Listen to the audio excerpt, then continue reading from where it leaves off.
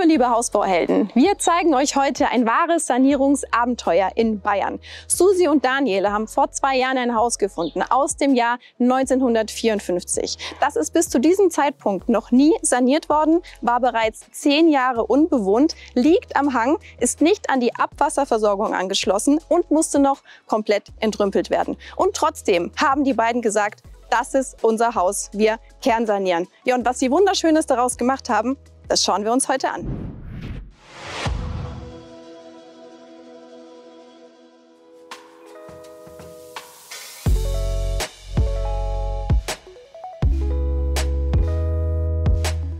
Ich bin die Susi und das ist der Daniel. Herzlich willkommen in unserem kernsanierten Haus aus dem Jahr 1954. Kommt rein. Gerne. Dankeschön.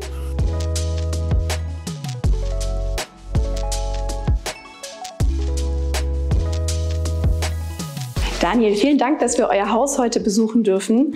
Ihr habt hier 220 Quadratmeter, ihr habt ein KfW 100 EE-Haus und ein Smart Home. Es hat sich ja also echt einiges getan. Es war ja wirklich viel zu tun. Das ist das Haus von 54, erstmal sehr alt. Dann stand es schon 10 Jahre leer. Dann waren auch alle Möbel drin und alle Habseligkeiten der Vorbesitzer. Und ja, da war ja klar, da muss echt erstmal einiges passieren, ne? Der Vorteil war, wir mussten nicht überlegen, lassen wir irgendwas drinne oder nicht. Es war ganz klar, es muss alles raus, es muss alles neu gemacht werden. Installation, Elektrik, Fenster, einfach alles neu. Wie lange habt ihr dann von dem ersten Handgriff hier bis zum Einzug tatsächlich gebraucht? Ziemlich genau 1,5 Jahre. Wir haben das Haus jetzt seit 2 Jahren, wohnen jetzt ein knappes halbes Jahr drin. Von dem her 1,5 Jahre Renovierungszeit. Wie sieht es mit dem Thema Grundriss aus? Habt ihr hier im Erdgeschoss viel auch an der Grundrissthematik verändert oder war das hier recht offen schon? Also im Erdgeschoss, das ist tatsächlich ungewöhnlich für ein Haus aus dem Jahr 54, haben wir relativ wenig verändert. Also hier war tatsächlich eine Wand drin, die haben wir rausgerissen, einen T-Trigger reingemacht.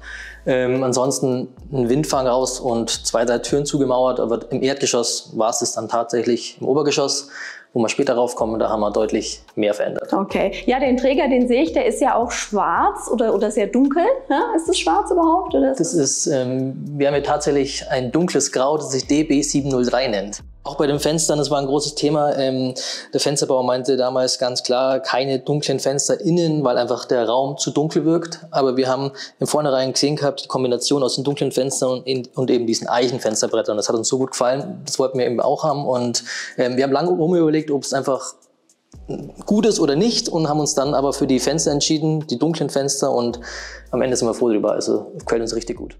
Und das Dunkle zieht sich auch direkt wieder weiter in eurer Küche, auch da konsequent durchgezogen. Ja, aber wenn es um die Küche geht, würde ich tatsächlich gerne an die Susi übergeben.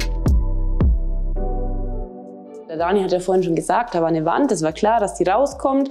Und wir hatten da eine ziemlich klare Vorstellung von der Küche, dass wir eben so eine Tür möchten, die zur Speise geht, die versteckt ist, wo man nicht auf den ersten Blick sieht. Also für Nicht-Bayern die Speisekammer. Danke, genau. Und wir waren dann tatsächlich bei einigen Küchenplanern und es kamen dann auch so kuriose Dinge raus, wie so eine Cowboy-Saloon-Schwingtür und so, wo wir gesagt haben, nee, also das ist es nicht. Und es waren dann 1, 2, 3 Küchenbauer und dann bei der 4. oder bei der 5., das ist eine Bekannte von uns, die hat uns dann diese Küche so geplant, wie ihr sie hier seht. Ja. Und eben auch mit dieser Tür, wo man durchgehen kann und dann da eben seine Speisekammer dahinter hat. Diese Steinplatte, also die können wir auch nur empfehlen. Die haben wir eben dann in einem helleren Ton dazu genommen und die ist tatsächlich total pflegeleicht. Ich kann alles draufstellen und es passiert nichts und macht eben das Ganze dann noch ein bisschen freundlicher. Mhm. Und jetzt auch die Kombi mit dem Holz, das zieht sich ja bei euch auch durch. Das ist ein Eichenparkettboden. Genau, da hat man tatsächlich auch einige Leute, die uns davon abgeraten haben, bloß kein Parkett in die Küche. Und da war auch unsere Küchenplanerin, die uns so ein bisschen ermutigt hat und gesagt hat, nee, das geht auch. Klar, man muss ein bisschen vorsichtig sein. Also ich kann hier jetzt nicht irgendwie rumplanschen, sondern muss gleich das Wasser wegmachen. Aber man sieht, ich kann es trotzdem, also ich habe ja schon viel gekocht. Ja, und nicht nur im Boden und hier hinter der Küche findet sich bei euch ja das Holzthema, auch in den Möbeln. Ja? Also man sieht es auch im Esstisch. Ja, genau, aber ich glaube, da kann der Daniel dann noch mehr darüber sagen. Okay. Du hast diesen Tisch gefunden. Tatsächlich auf Instagram. Wir haben lange nach Tischen gesucht, was uns gut gefällt. Wir wollten Ein Holztisch, das war klar. Wir wollten einen besonderen Fuß, das sieht man hier unten auch. Das ist nicht alltäglich und ganz schön findet man auch hier eben diesen filigranen Tisch, was dann nach unten hin dicker wird. Das ist diese Schweizer Kante, nennt sie das. Was sind hier noch wichtige Faktoren, die euch beim Interior Design beeinflusst haben? Uns war es wichtig, vom alten Haus schon was zu behalten, was mitzunehmen, einfach ein paar alte Gegenstände oder Einrichtungen herunterzulassen, wie zum Beispiel hier den Kachelofen. Im ersten Moment, ja, haben wir uns auch überlegt, was machen wir mit dem Kachelofen, haben auch mit dem Ofenbauer gesprochen und gesagt, lassen wir den oder tun wir raus. Und er hat gesagt, auf jeden Fall drinnen lassen. Das ist ein alter Ofen, aber damals noch Handarbeit und ich finde mittlerweile auch den Kontrast zum Neuen ziemlich gut. Also uns gefällt er mittlerweile richtig gut und er macht eine richtig schöne Wärme rein. Ja, musstet ihr da irgendwas dran machen oder habt ihr den irgendwie so nur aufbereitet? Am Ofen selbst haben wir tatsächlich gar nichts gemacht, nur der Einsatz, wo quasi eingeheizt wird, wurde erneuert. Das sind ja auch Vorgaben, Abgase und so weiter und so fort, der wurde erneuert. Und auf der anderen Seite sieht der ja anders aus, also er geht ja noch mal weiter. Genau, er heizt quasi das komplette Erdgeschoss, hier in einem anderen Design. Auch hier, genau, haben wir selber nichts gemacht, einfach gereinigt, die Fugen ein bisschen gereinigt, aber ansonsten alles gelassen, wie es ist. Heizt ihr auch über diesen Kachelofen tatsächlich? Wir heizen über den Kachelofen aber zu. Wir haben ansonsten eine Wärmepumpe im Haus. Wie du vorhin schon gesagt hast, wir haben ein KfW 100 EE-Haus. Dieses EE erreicht man eben dadurch, wenn man energieeffizient heizt. Das eben über eine Wärmepumpe. Mhm. Das war auch ein längeres Thema, welche Heizung wir am Ende integrieren. Das waren verschiedene Lösungen da, Pellets, dann braucht man wieder ein Pelletslager und haben uns am Ende dann für eine Wasser-Wärmepumpe entschieden. Bedeutet, Energieträger ist nicht die Luft, wie bei der Luftwärmepumpe, sondern Wasser. Wir haben hierfür Kollektoren im Boden verlegt, im Garten auf 200 Quadratmeter. Auf 1,50 Meter Tiefe liegen die Schlaufen drin. Das ist, kann man sich vorstellen, wie eine Fußbodenheizung. Und aus der Erde zieht quasi das Wasser die Temperatur rauf und dadurch wird dann bei uns herinnen geheizt. Und das ist ja auch ein Grundstück, also ihr liegt ja hier am Hang, das heißt, der Teil vom Garten liegt ja niedriger als hier. Ja. Und jetzt muss das auch irgendwie noch hochgepumpt werden. Genau, also wir haben eine extreme Höhendifferenz von unten nach oben, von dem her haben wir einfach wurde eine größere Pumpe ausgelegt, die einfach das schafft, das Medium von unten nach oben zu pumpen. Wasser ist ja bei euch auch ein Thema, wenn zum Beispiel seid ihr auch gar nicht an der Abwasserversorgung von diesem Ort hier angeschlossen. Genau, das ist richtig. Wir sind tatsächlich nicht an die Kanalisation angeschlossen. Wir sind eines der wenigen Grundstücke, wo das quasi noch erlaubt ist. Wir haben hierfür eine biologische Kleinkläranlage, wo wir das Wasser quasi auf dem Grundstück selber klären in 3 verschiedenen Kammern. Hierfür mussten wir nur so einen biologischen Nachrüstsatz integrieren und auch hier kommt am Ende ganz geklärtes Wasser raus, das dann wiederum in der Versickerung versickert. Also es ist nichts anderes, wie wenn es zum Beispiel in den Fluss eingeleitet wird. Spannende Lösung auf jeden Fall. Dann lass uns doch weiter in den Flur schauen. Gerne. Und so, und hier ist dann eben der Bereich vom Kachelofen, in dem quasi eingeheizt wird. Der Kamineinsatz, der wurde eben erneuert. Und von da heizt ihr jetzt auch tatsächlich? Von hier wird eingeheizt, von dem her ist es noch ganz schön, dass eben auch hier ins Treppenhaus bzw. den Hausgang ein bisschen Wärme rauszieht.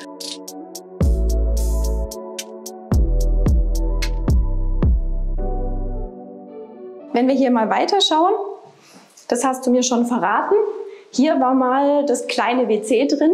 Hier war das WC, genau. Und da habt ihr jetzt einfach wunderschön mit Tür zu, sieht immer aufgeräumt aus, eure Garderobe drin. Genau. Wie geht's jetzt hier weiter?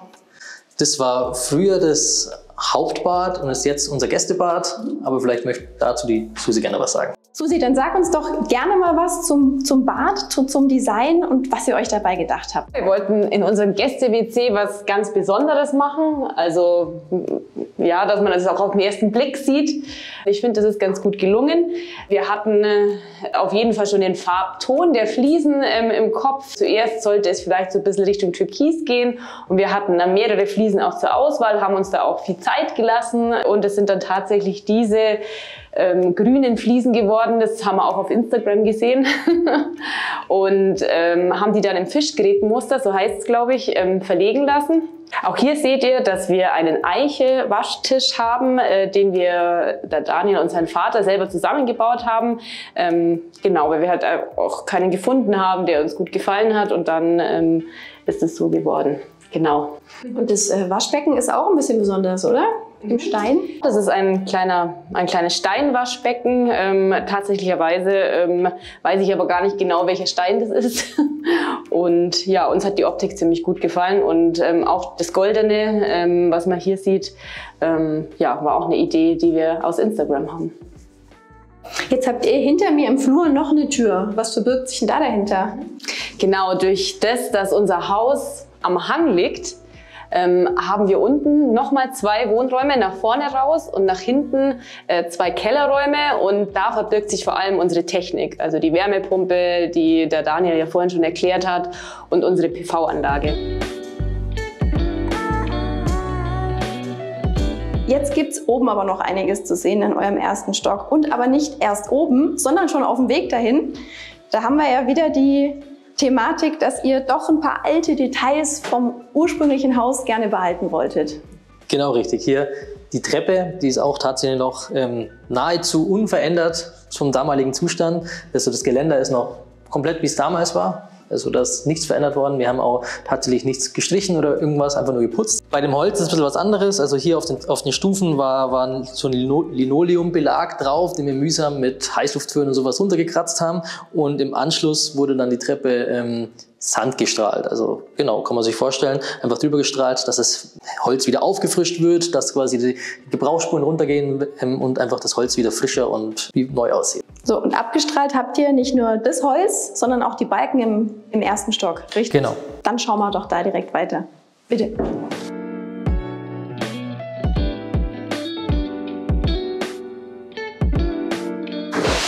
Ja, das heißt, an den Balken sieht man das jetzt auch, die sind auch so behandelt worden. Genau, das sind die ursprünglichen Balken, also der alte Dachstuhl, das alte Holz hier drin, und auch die haben wir quasi im Obergeschoss komplett abstrahlen lassen. Wir haben im kompletten Obergeschoss Sichtbalken, also man sieht es in jedem Raum. Also hier war eben eine Wand, und da war eine Tür, und dann ist man hier reingekommen und es war eher so ein Dachbodenflair, es waren vereinzelt Wände eingezogen, eher im Pappwände schon, oder einzelne Räume waren mit Vorhänge abgesperrt, also war alles ein bisschen komisch. Wir haben das dann alles rausgerissen, und dann war das hier eigentlich eine grüne Wiese, auf der wir das komplette Obergeschoss neu geplant haben. Mit den Balken, mit den Sichtbalken, das haben wir auch wunderschön im Badezimmer gesehen. Das würde ich mir gerne als nächstes anschauen. Genau, da gehe ich jetzt mit dir mit. Sehr schön.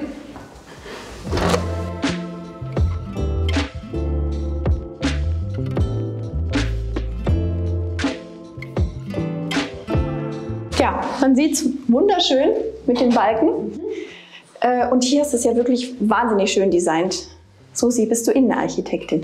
Nein, also wir hatten hier gerade mit dem Grundriss einfach den Vorteil, dass, wie der Daniel vorhin ja schon erzählt hat, hier eigentlich ja nichts war und wir das dann praktisch auch hier selber uns überlegen konnten, wie gestalten wir das. Badschränke haben wir viele angeschaut, hat uns aber auch nicht wirklich so einer gefallen, der jetzt da so stand, und deswegen haben wir den dann uns selber überlegt und dann vom Schreiner machen lassen.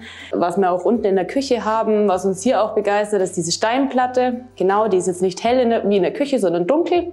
Wie kann ich mir das vorstellen? Wie habt ihr das geplant? Habt ihr euch dann an ein Blatt Papier gesetzt? Habt ihr das aufgezeichnet oder wie seid ihr da vorgegangen? Nee, das haben wir tatsächlich ein bisschen anders gemacht, und zwar haben wir hier Holzbalken genommen und haben uns diese hingelegt, so wie wir es uns vorgestellt haben. Wir haben einen Hocker genommen, um das Klo zu simulieren sozusagen. Dann haben wir es immer wieder verschoben und nach hinten und nach vorne, und so ist es dann letztendlich entstanden, so wie ihr es jetzt sehen könnt. Dann gucken wir uns noch euer Schlafzimmer an. Gerne. Okay, das ist auch wirklich riesig. Wie viel Quadratmeter habt ihr hier? Wir haben hier knapp 24 Quadratmeter. Wirkt fast noch größer. Liegt vielleicht an den Balken, ne? Genau, auch hier immer wieder diese Sichtbalken. Wir haben hier überall Trockenbauwände. Wir haben quasi ein Gerüst gebaut, haben dann die erste Lage mit USB-Platten beplankt, sodass wir quasi im Nachhinein auch gut was aufhängen können. Und die letzte Schicht ist dann quasi eine Gipskartonplatte. Das war besonders schwierig bei diesen Balken. Also es hat auch sehr viel Arbeit gemacht. Wenn wir jetzt einfach von unten die Decke beplankt hätten, dann wäre es um einiges einfacher gewesen, aber so mussten wir quasi zwischen die Balken die ganzen Platten reinschneiden und eben im Nachgang verspachteln. Es ist natürlich auch so, dass die Balken verschiedene Breiten hatten, und die Abstände waren verschieden breit, und von dem her konnten wir es nicht einfach im Schema F durchgehend Platten runterschneiden und aufmachen, sondern das ist alles sehr, sehr individuell. Und hier hinten haben wir jetzt zum Beispiel mal keine Eiche, hier haben wir jetzt eine Fichte, das nennt sich Fichte gehackt. Das sind quasi Bretter, die wir damals schon beim Dachbau quasi von oben drauf gemacht haben, dass wir nicht alles weiß haben erinnern, sondern dass wir auch wieder ein bisschen Holz, also zu den Balken Lochholz herinne haben. Die ganzen Dachfenster, die sind auch im Nachgang reingekommen. Also wir hatten am Anfang tatsächlich nur dieses Fenster und im Bad das Fenster und die ganzen Dachfenster haben wir alle im Nachgang einbauen lassen. Einfach, dass ein bisschen mehr Licht reingekommen. Bei dem Fenster hier hinten, bodentiefes Fenster, kommt daher, weil hier einfach früher ein Balkon dort draußen war. Der Balkon war erstens baufällig, also war nicht mehr sonderlich sicher. Zudem hat uns der wirklich gefallen und wir hatten jetzt auch keine wirkliche Verwendung, weil wir einfach unten einen großen Balkon haben und hier oben im Schlafzimmer gesagt, brauchen wir jetzt keinen Balkon. Wir haben dann den Balkon abgerissen und jetzt hier nur noch einen französischen Balkon gemacht, sind aber sehr froh trotzdem, dass wir einfach hier bodentiefe Fenster haben, dass es einfach richtig schön hell im Schlafzimmer ist. Hier sind wir jetzt in unserem begehbaren Kleiderschrank. Es gehört ja mittlerweile heutzutage fast dazu, wenn man neu baut oder umbaut, einen Kleiderschrank. Und es ist eine tolle Sache, muss man ganz klar sagen. Wie gesagt, wir konnten ja die Wände so ein bisschen selber einziehen und alles und konnten dann auch die Wände anpassen an die Schränke vorhandener Hersteller, sagen wir mal so. Von der Höhe hat man jetzt ein bisschen Glück, dass es relativ gut ausgegangen ist. Wir haben jetzt teilweise noch ein bisschen oben von den Balken ein bisschen abhobeln müssen, dass wir es von der Höhe genau reinbekommen. Und von dem her sieht es eigentlich fast aus, als wäre es ein Einbauschrank.